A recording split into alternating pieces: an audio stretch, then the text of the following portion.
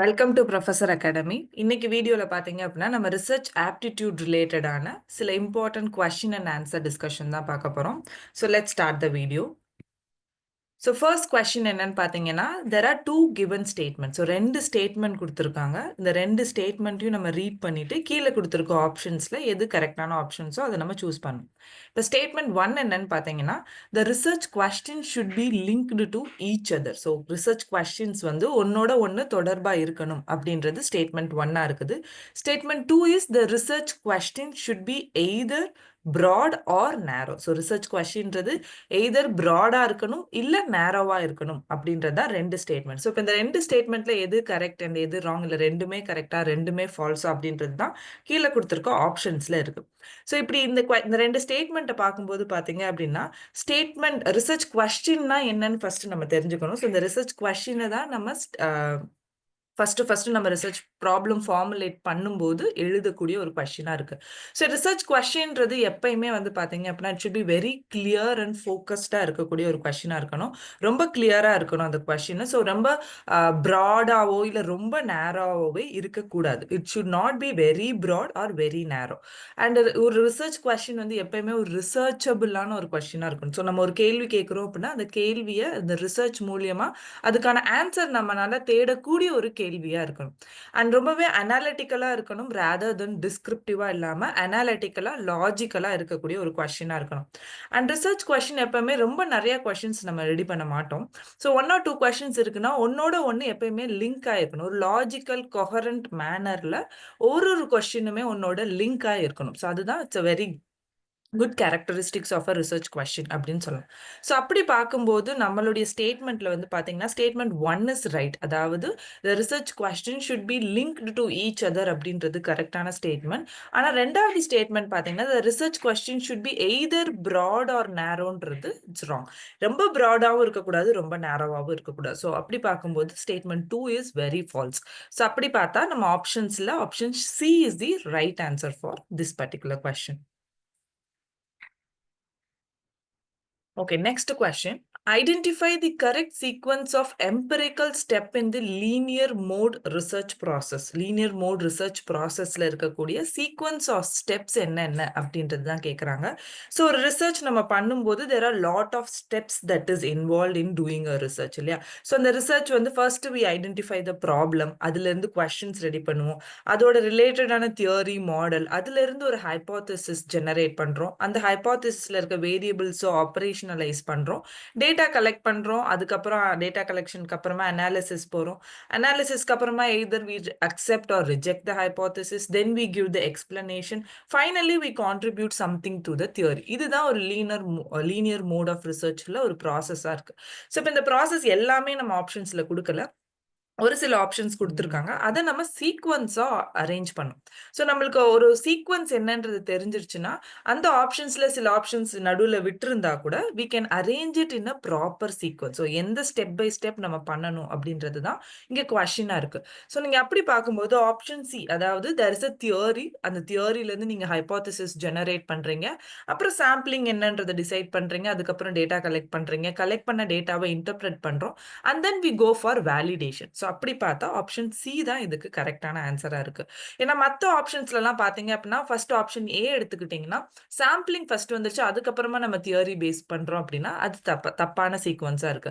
அதே மாதிரி தான் ஆப்ஷன் பியுமே சாம்பிளிங் ஃபர்ஸ்ட் வருது, அப்புறம் தியரி வருது. ஸோ அந்த ஃபர்ஸ்ட் ரெண்டு சீக்வன்ஸே தப்புன்றனால ஆப்ஷன் ஏ பி வராது. ஆப்ஷன் டி பார்த்தீங்க அப்படின்னா ஃபர்ஸ்ட் எடுத்தோடனே டேட்டா கலெக்ஷன். ஸோ எடுத்தோடனே will not go for data collection இல்லையா? ஸோ டேட்டா கலெக்ஷனுக்கு முன்னாடியே நம்ம ஹைப்போதசிஸ் ரெடி பண்ணிடுவோம், சாம்பிளிங் செலக்ட் பண்ணிடுவோம். ஸோ இது எல்லாமே நம்ம அதுக்கு முன்னாடியே பண்ணக்கூடிய ஒரு விஷயமா இருக்கு. ஸோ ஆப்ஷன் டியும் வராது. ஸோ அப்படி பார்த்தா ஆப்ஷன் சி தான் இதுக்கு கரெக்டான answer. Okay, the next question.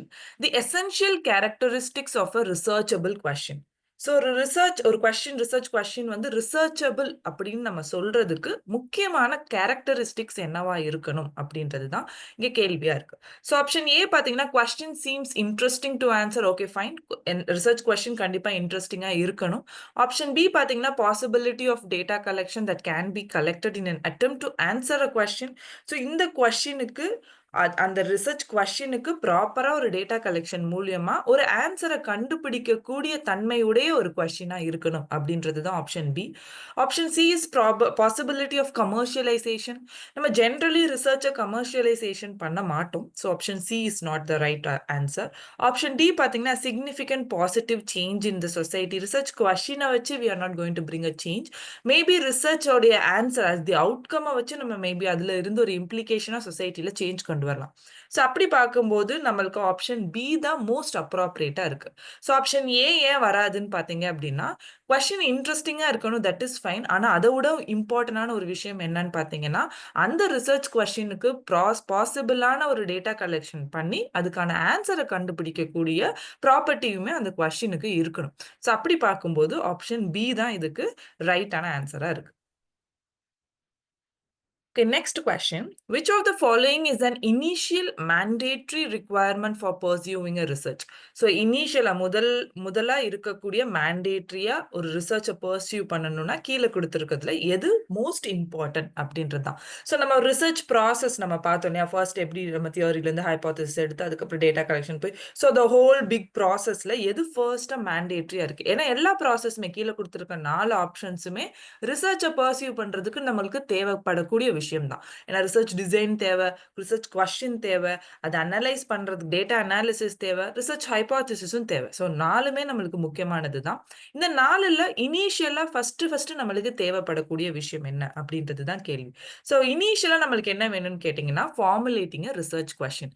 Research ஒரு ரிசர்ச்சோடைய ஒரு லேமன் டெஃபினிஷனே என்னன்னு பார்த்தீங்க அப்படின்னா, finding an answer to a question. So ஒரு கேள்விக்கான பதில தேடி போறது தான் ஒரு ரிசர்ச்சா இருக்கு இல்லையா? அப்ப ஃபர்ஸ்ட் நம்மளுக்கு என்ன தேவைன்னா, என்ன கேள்வி? எதுக்காக இந்த ரிசர்ச் பண்றோன்றதோடைய ஆன்சரே நம்மளுக்கு அந்த ரிசர்ச் கொஸ்டின்ல இருந்து தான் கிடைக்குது. So initial mandatory requirement for a research நம்மளுக்கு என்னவா இருக்குன்னு பார்த்தீங்கன்னா, ஃபார்முலேட்டிங் அ ரிசர்ச் கொஸ்டின் தான் இதுக்கு சரியான answer. Option 2 will be the right answer. Okay, next question. What is the research design? Research டிசைன்னா என்ன அப்படின்றது தான் கேள்விங்க. ரிசர்ச் டிசைன் அப்படின்றது என்னன்னு பார்த்தீங்கன்னா, it is a framework of a research method. So உங்களுடைய ரிசர்ச்க்கு இப்ப எப்படி நம்ம ஒரு பில்டிங் கட்டும்போது ஒரு ஃப்ரேம்வொர்க் போடுறோம் இல்லையா? ஸோ எந்த இடத்துல எந்த ரூம் வரணும், எந்த இடத்துல நம்ம என்ன மாரியான பில்டிங் கட்டப் போறோம், என்ன மாரியான ஸ்ட்ரக்சர் வேணும், என்ன சைஸ்ல வேணும். ஸோ ஆல் தோஸ் திங்ஸ் ஒரு லே அவுட் மாரி, ஒரு பிளான் மாதிரி, ஒரு ஃப்ரேம்வொர்க் மாரி நம்ம போடுறோம் இல்லையா? அந்த மாதிரி நம்ம பண்ணக்கூடிய ரிசர்ச்சுக்கு ஒரு ஃப்ரேம்வொர்க் குடுக்கிறது தான் இந்த ரிசர்ச் டிசைன் அப்படின்றது. So the design allows the researcher to sharpen the research methods suitable for the subject matter and set up their studies for the success. So அந்த சப்ஜெக்ட் மேட்டருக்கு ஏத்த மாதிரி ஒவ்வொரு ஃபீல்ட்லயும் ஒவ்வொரு டைப் ஆஃப் ரிசர்ச் இருக்குது. So இந்த particular டாபிக்க நான் படிக்கணும்னா, இந்த பர்ட்டிகுலர் ரிசர்ச் டிசைன் வந்து எனக்கு ஹெல்ப்ஃபுல்லா இருக்கும். ஸோ அந்த மாதிரி ஒரு நம்மளுக்கு ஏத்த ஒரு ஃப்ரேம்வொர்க்க ஃபிக்ஸ் பண்றதுக்கு இந்த ரிசர்ச் டிசைன் வந்து நம்மளுக்கு ரொம்பவே ஹெல்ப்ஃபுல்லா இருக்கு. ஸோ அப்படி பார்க்கும்போது கீழ குடுத்திருக்க ஆப்ஷன்ஸ்ல பார்த்தீங்க அப்படின்னா, option D is the most appropriate answer. A framework for every stage of collection and analysis of the data. So நம்ம ரிசர்ச்ல பண்ணக்கூடிய ஒவ்வொரு stages of collection and analysis of டேட்டாக்கு நம்மளுக்கு ஒரு ஃப்ரேம்வொர்க் குடுக்கிறதே இந்த ரிசர்ச் டிசைனா தான் இருக்கு. So option D is the right answer for this question.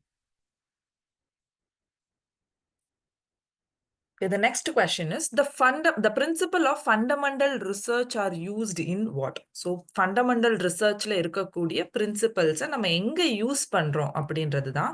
So actually மேஜரா பாத்தீங்க அப்படின்னா 2 டைப் ஆஃப் ரிசர்ச் நம்ம கிளாசிஃபை பண்ணலாம். Fundamental research or it is also called basic research and the other one is applied research.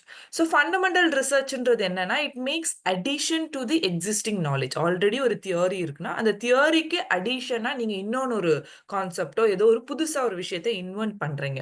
So ஒரு hypothesis பண்றீங்க. So இது வந்து பார்த்தீங்க அப்படின்னா, you discover new thing or any invention. So அந்த தியரிக்கு நீங்க அடிஷனலா இன்னும் கொஞ்சம் ஆட் பண்றீங்க அப்படின்னா, then it becomes a fundamental or basic research. So it will be more of a theoretical in nature அப்படின்னு சொல்லலாம். கம்மிங் டு திஸ் அப்ளைட் ரிசர்ச்ன்றது என்ன ஆகுதுன்னு பார்த்தீங்கன்னா, it is use to find solution for the existing research. நீங்க create பண்ண அந்த theory இருக்கு இல்லையா? அத யூஸ் பண்ணி இருக்கிற ப்ராப்ளத்துக்கு நம்மனால சொல்யூஷன் கண்டுபிடிக்க முடியுதா, தென் இட் பிகம்ஸ் அப்ளைடு ரிசர்ச். நீங்க பேசிக் ரிசர்ச்லயோ ஃபண்டமெண்டல் ரிசர்ச்ல என்ன பண்றீங்களோ அதோடைய அப்ளிகேஷன் எங்க இருக்குன்னு பாத்தீங்கன்னா அப்ளைடு ரிசர்ச்ல தான் இருக்கும். So for example if some theory says that இப்போ இந்தியாவில் நம்ம எப்படி பாவர்ட்டியை எராடிகேட் பண்ணலான்னு ஏதோ ஒரு தியரி சொல்றாங்கன்னா, இப்போ அந்த தியரியில இருக்கிற கான்செப்டை ரியலா நம்ம டெஸ்ட் பண்ணி பார்க்கறது அப்ளைடு ரிசர்ச்சா இருக்கும்.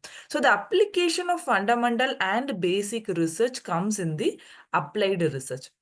ஸோ அப்படி பார்க்கும்போது நம்ம கொஸ்டினுக்கு ரைட் ஆன்சர் என்னன்னு பார்த்தீங்கன்னா option B, applied research. Okay, the next question. Which is the main objective of research? ஒரு research உடைய main objective என்னவா இருக்கு அப்படின்றது தான் question. So research உடைய main objective என்னவா இருக்கும் அப்படின்னு பார்த்தீங்கன்னா, it is to discover new facts or to make fresh interpretation of a known fact. So இப்போ ஒரு research மெயினா நம்மளுடைய அதோடைய நிறைய objectives இருந்தாலும் main objective என்னவா இருக்குன்னு பார்த்தீங்கன்னா, ஒரு புது ஃபேக்டை ஒன்று டிஸ்கவர் பண்றதோ இல்ல ஆல்ரெடி இருக்கிற ஃபேக்ட்ஸுக்கு ஒரு புது வகையான இன்டர்பிரிட்டேஷன் கொடுக்கிறது. இந்த 2 தான் மெயின் அப்ஜெக்டிவ் ஆஃப் அ ரிசர்ச்சா இருக்கும். ஏன்னா எதுக்காக நம்ம ரிசர்ச் பண்றோம்? In search for a knowledge இல்லையா? ஸோ எய்தர் நம்ம புது நாலேஜை கிரியேட் பண்றதுக்காக ஒரு ரிசர்ச் பண்ணுவோம், இல்ல ஆல்ரெடி இருக்கிற நாலேஜை இன்னும் பெட்டரா அண்டர்ஸ்டாண்ட் பண்ணிக்கிறதுக்காக நம்ம ரிசர்ச் பண்றோம். ஸோ அப்படி பார்க்கும்போது ஆப்ஷன் டி தான் இந்த கொஸ்டினுக்கு ரைட்டான answer.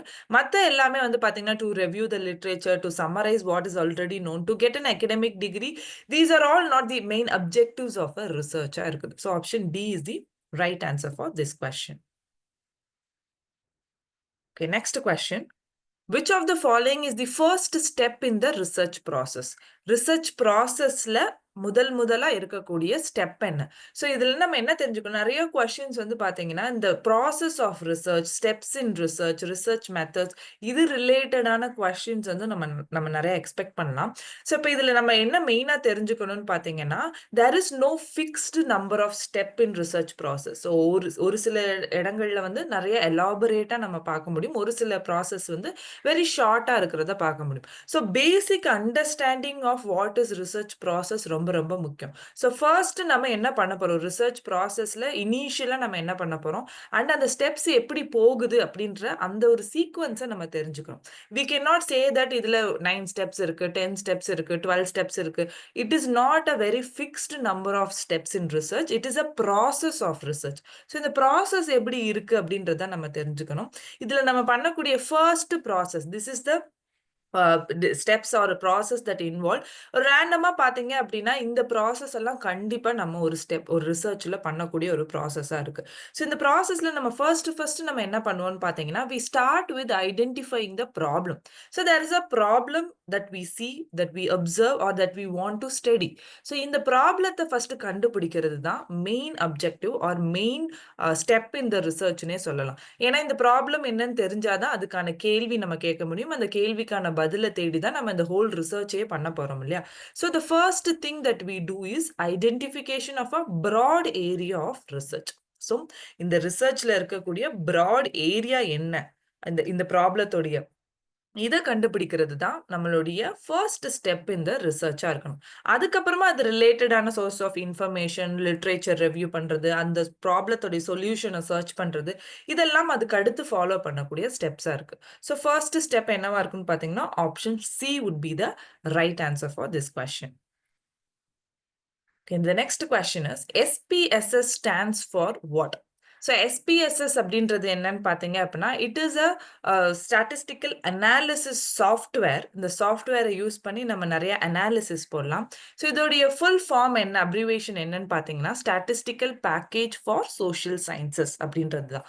So SPSS is a application that we use for analysing the data. So நம்ம டேட்டாவை அனலைஸ் பண்றதுக்காக யூஸ் பண்ணக்கூடிய ஒரு சாஃப்ட்வேர் தான் இந்த SPSS அப்படின்றது. ஸோ SPSS ஓட ஃபுல் ஃபார்ம் என்னன்னு பார்த்தீங்கன்னா statistical package for social sciences. Okay, the next question is, which of the following is not characteristics of research design? ஒரு ரிசர்ச் டிசைனோடைய கேரக்டரிஸ்டிக்ஸ் எது இல்லை அப்படின்றது தான் கேள்வி. ஸோ எது இல்லை ஆப்ஷன்ஸ் பார்த்தீங்கன்னா சப்ஜெக்டிவிட்டி, வெரிஃபையபிலிட்டி, ரெகுலாரிட்டி, ப்ரிடிக்டபிலிட்டி அப்படின்னு 4 ஆப்ஷன்ஸ் இருக்கு. இதுல எது இல்லைன்றதை நம்ம ஈஸியா டைரக்டா சொல்லிடலாம். என்னன்னு பார்த்தீங்கன்னா சப்ஜெக்டிவிட்டி. ரிசர்ச் அசச்சே நீங்க பார்த்தீங்க அப்படின்னா ரொம்ப அப்ஜெக்டிவா பண்ணணும்னு நினைக்கிறது தான் ஒரு ரிசர்ச் டிசைனுடைய இன்னொன்று அல்டிமேட் கோல். ஏன்னா எதுக்காக நம்ம அந்த ஃப்ரேம் ஒர்க் கிரியேட் பண்றோம்? எந்த விதமான பயஸும் நம்ம கொண்டு வரக்கூடாது. எந்த விதமான ஒரு அன்பயஸ்டா கொண்டு போணும். எந்த விதமான பயஸும் இல்லாம அத ரிசர்ச் பண்ணணுன்றதுக்காக தான் we are creating a framework itself. அப்போ அதுக்கு சப்ஜெக்டிவிட்டி அப்படின்ற ஒரு கான்செப்ட் வந்து அதுக்குள்ள இல்லவே இல்ல. அப்படி பார்க்கும்போது ஒரு நல்ல ரிசர்ச் டிசைனுடைய கேரக்டரிஸ்டிக்ஸ் எதுவும் இல்ல அப்படின்னு பார்த்தீங்கன்னா, அந்த கொஸ்டின்ஸ்ல சப்ஜெக்டிவிட்டி அப்படின்றது இல்லாத ஒரு கேரக்டரிஸ்டிக்ஸா இருக்கு. Research design could be a verifiable research design, regularity should be there and predictability should also be there. So option A would be the right answer. The next question is, which one is not a criteria for a good research problem? ஒரு நல்ல research ப்ராப்ளம்க்கு எது criteria இல்ல அப்படின்றது தான் கேள்வி. So many times இந்த மாதிரியான questions வரலாம். நம்ம ப்ரீவியஸ் கொஸ்டின்லயும் சரி, இந்த கொஸ்டின்லயும் சரி, which is not a characteristics, which is not a criteria அப்படின்னு வரும். ஸோ நம்ம லாஸ்ட் ஒரு சென்டென்ஸ் மட்டும் ரிசர்ச் டிசைன் ஒரு ரிசர்ச் ப்ராப்ளம்ன்றதை மட்டும் பார்த்துட்டு டக்குன்னு நம்ம ஆன்சர் பண்ணிடக்கூடாது. So we have to be very careful. எது கேரக்டரிஸ்டிக்ஸ்னு கேட்குறாங்களா, இல்லை எது கேரக்டரிஸ்டிக்ஸ் இல்லைன்னு கேட்குறாங்களா. ஸோ அந்த நாட், நெவர் அந்த மாதிரியான வார்த்தைகள்லாம் questionல வந்துச்சுன்னா we should pay little more attention to those kind of words. So which one is not a criteria for a good research problem அப்படின்னு பார்த்தீங்க அப்படின்னா ஆப்ஷன் சி டைம்லைன்லெஸ். இதுதான் ஒரு நல்ல கேரக்டரிஸ்டிக்ஸ், நல்ல கிரைட்டீரியா இல்ல அப்படின்னு சொல்லலாம். Research problem should be very interesting, இன்னோவேட்டிவா இருக்கணும், ரிலவெண்டா இருக்கணும். டைம்லைன்லெஸ்ஸா இருந்தது அப்படின்னா தென் அந்த ப்ராப்ளம் வந்து ஒரு குட் ரிசர்ச் ப்ராப்ளமா இல்ல ரிசர்ச்சபிளா இருக்க முடியாது. ஏன்னா லைக் இப்போ இந்த ரிசர்ச் ப்ராப்ளத்துக்கு ஒரு டைம்லெஸ்ஸா இருந்து எப்போ அதோடைய சொல்யூஷன் கண்டுபிடிப்போனே தெரியலனா then it is not a good criteria of a research problem அப்படின்னு நம்ம சொல்லலாம். ஸோ அப்படி பார்க்கும்போது option C is the right answer for this question. Okay, the next question is the essential characteristics of a researchable question. ஒரு question வந்து ரிசர்ச்சபிளா இருக்கணும் அப்படின்னா அதுக்கு தேவையான முக்கியமான கேரக்டரிஸ்டிக்ஸ் என்ன அப்படின்றது தான். So like we already saw this. So இதுக்கு ஒரு ரிசர்ச் கொஸ்டின் வந்து ரிசர்ச்சபிளா இருக்கணும் அப்படின்னா we saw some of the characteristics of research question இல்லையா. ஒரு ரிசர்ச் கொஸ்டின் ரொம்ப ப்ராடா இருக்கக்கூடாது, ரொம்ப நேரோவா இருக்கக்கூடாது. ஸோ ஆல் தோஸ் கேரக்டரிஸ்டிக்ஸ்ல ரிசர்ச்சபிள் அப்படின்றது ஒரு முக்கியமான கேரக்டரிஸ்டிக்ஸ். ஒரு கொஸ்டின் ரிசர்ச்சபிளா மாறணும் அப்படின்னா அந்த கொஸ்டினை நம்ம ப்ராப்பரா டேட்டா கலெக்ஷன் மூலியமா ஆன்சர் கண்டுபிடிக்கக்கூடிய அந்த தன்மை இருந்தா மட்டும்தான் அது ஒரு ரிசர்ச்சபிள் கொஸ்டினா இருக்கும். ஸோ அப்படி பார்க்கும்போது option B is the right answer for this question. Okay, the next question is, identify the correct reasons for writing a literature review. So literature review of literature நம்ம சொல்லுவோம் இல்லையா. ஸோ அந்த கரெக்ட் ரீசன் எதுக்காக இந்த literature review எழுதுறோம் அப்படின்ற சில காரணங்கள் கீழே கொடுத்துருக்காங்க. இந்த காரணத்துல எது கரெக்டா இருக்கும் அப்படின்றது தான் நம்மளுடைய கொஸ்டினா இருக்கு. So you have to identify the right reason for writing a literature review. So when we see the options பார்த்தீங்க அப்படின்னா the first option, you need to know what is already known in connection with your research area, which is true. So நம்ம பண்ணக்கூடிய இந்த research ஏரியால இதுக்கு முன்னாடி என்ன மாதிரியான ரிசர்ச் எல்லாம் பண்ணியிருக்காங்க, so that நம்மளுடைய ஏரியாவோட அது எப்படி கனெக்ட் ஆயிருக்குன்றதை நம்ம தெரிஞ்சுக்கணும். ஸோ அது ஒரு பர்பஸ் ஆஃப் ஒரு right reason why we do literature review. So option A would be right. Next பார்த்தீங்க அப்படின்னா it may help you to develop an analytical framework which is also true. So இதுக்கு முன்னாடி லாஜிக்கலாக என்ன பண்ணியிருக்காங்க, என்ன பண்ணலை, நம்மளுடைய ரிசர்ச்சுக்கு ஒரு அனாலிட்டிக்கல் ஃப்ரேம் ஒர்க் கிரியேட் பண்ணுறதுக்கு இந்த ரிவ்யூ ஆஃப் லிட்ரேச்சர் ஹெல்ப் பண்ணும், which is true. Option C பார்த்தீங்க அப்படின்னா it will help with the interpretation of your finding, which is also true. இப்ப நம்ம ரிசர்ச்ல we are finding out something. So and so is related or so and so is predicting something அப்படின்னு சொல்லி நம்ம படிக்கிறோம் அப்படின்னா இதுக்கு முன்னாடியும் அதே மாதிரி படிச்சிருக்காங்கன்னா நம்ம ஃபைண்டிங்ஸை அவங்க ஃபைண்டிங்ஸோட சேர்த்து நம்ம இன்டர்பிரட் பண்றதுக்கு ரொம்பவே ஹெல்ப்ஃபுல்லா இருக்கக்கூடிய ஒரு விஷயம் தான் இந்த லிட்ரேச்சர் ரிவ்யூன்றது. அதுக்குமே ரொம்ப ஹெல்ப் பண்ணுது. அண்ட் ஆப்ஷன் டி பார்த்தீங்க அப்படின்னா it May suggest further research question for you. So நிறைய ரிசர்ச் லிட்ரேச்சர் ரிவ்யூ பார்க்கும்போது அதுல இருந்து நம்மளுக்கு ரிசர்ச் கொஸ்டின்ஸுமே நிறைய வரதுக்கான வாய்ப்பு இருக்கு. ஸோ அப்படி பார்க்கும் பார்க்கும்போது option A, B, C and D. So all 4 options would be the right reason for writing a literature review. So இந்த 4 ஆப்ஷனுமே ஒரு literature review எழுதுறதுக்கு நம்மளுக்கு ஹெல்ப்ஃபுல்லா இருக்கு. So option 4 would be the right answer for this question. Okay, the next question. Identify the similarities between quantitative and qualitative research. So, quantitative-க்கும் qualitative research-க்கும் இருக்கக்கூடிய similarities என்னன்னு கேக்குறாங்க. So, இங்க question என்னது? Similarities என்ன? ஒத்துமை என்ன அப்படின்றது தான் நம்ம இங்க பார்க்க போறோம். So, what would be the similarities between quantitative and qualitative? பாத்தீங்கன்னா, option A is both are concerned with the data reduction. Yes. So, ரெண்டு ரிசர்ச்லயுமே நம்ம data reduction வந்து ஒரு முக்கியமான கன்சர்னா இருக்கு. Option A would be the right one. Option B பாத்தீங்கன்னா both are concerned with variation in data. That is also true. எப்படி ஒரு data மாறுது அப்படின்ற அந்த கன்சர்னுமே ரெண்டு டைப் ஆஃப் ரிசர்ச்லயுமே நம்மளால பார்க்க முடியும். Option C is both lay emphasis on contextual understanding, which is not very true. Qualitative ரிசர்ச்ல தான் நம்ம கான்டெக்ஸ்டுவல் அண்டர்ஸ்டாண்டிங்க்கு ரொம்ப இம்பார்ட்டன்ஸ் கொடுக்கக்கூடிய ஒரு ரிசர்ச் டிசைனா இருக்கு. குவான்டிடேட்டிவ்ல அந்த கான்டெக்ஸ்டுக்கு அவ்வளோ இம்பார்ட்டன்ஸ் கிடையாது. ஸோ ஆப்ஷன் சி வராது. Option D is it lays emphasis on generalization, which is also not a very good similarities. ஏன்னா generalizationன்றது குவான்டிடேட்டிவ் ரிசர்ச்ல நம்மளால பண்ண முடியும். ஒரு குவாலிட்டேட்டிவ் ரிசர்ச்ல ஜெனரலைசேஷனுடைய பாசிபிலிட்டிஸே கம்மியா இருக்கு. So option D will also not come. Option E பாத்தீங்க அப்படின்னா both are connected with answering a research question, which is again true. So அப்படி பார்க்கும்போது option A, B and E, which is option 4 would be the right answer for this question.